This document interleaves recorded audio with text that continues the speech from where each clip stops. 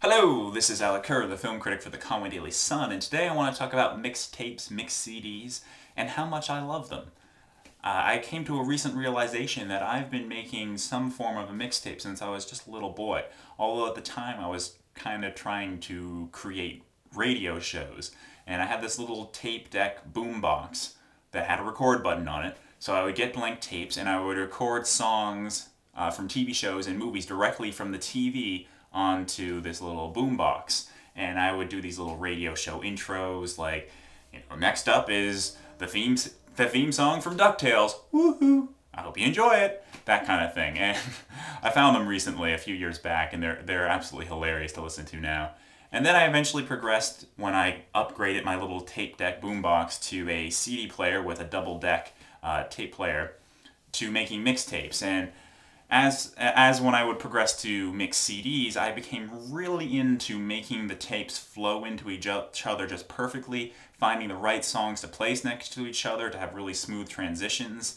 And when I moved on to making mixed CDs and all the new technologies that can come with that, I became even more obsessed with it. When I first started making mixed CDs, I would just, have them done alphabetically by the artist's last name.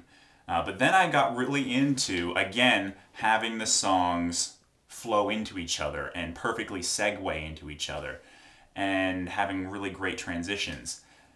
And having a library of songs, like you might have on an iTunes, makes this process become an obsession. When you have like 3,000, 4,000 songs at your disposal, to try to find the perfect songs to fit next to each other, it can become something that consumes you for hours, and it does. I'll spend anywhere between 2 hours to 5 hours making a mix CD sometimes.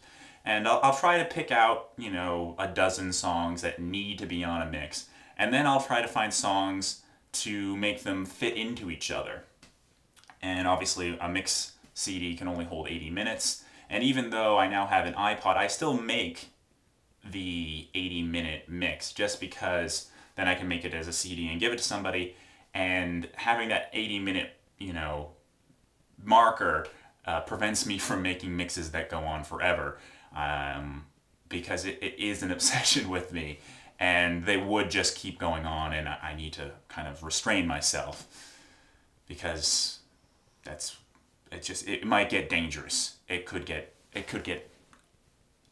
could get nasty, let's just put it that way. It could be not very pretty to see.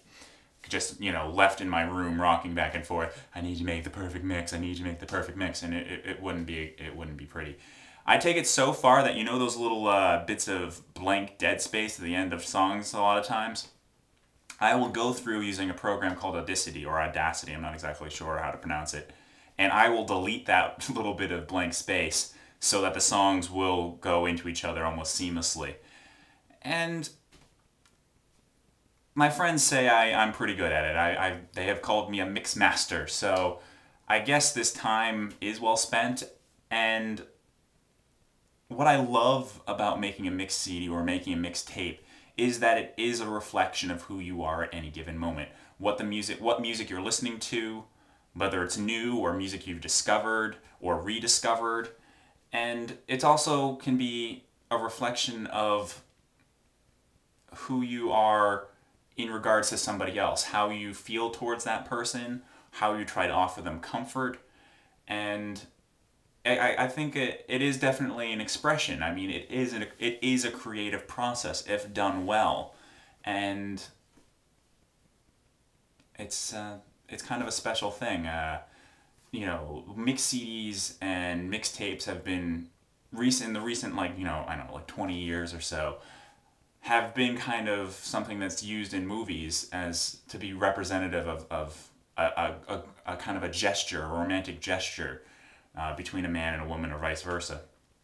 And probably done best in the movie High Fidelity, which really kind of, better than I am right now, expresses the process of making a mixed CD and the importance of a mixed CD. And so yeah, mixed CDs. If you haven't made one, give it a shot. You might become hooked. Anyway, this is Alec, and keep watching.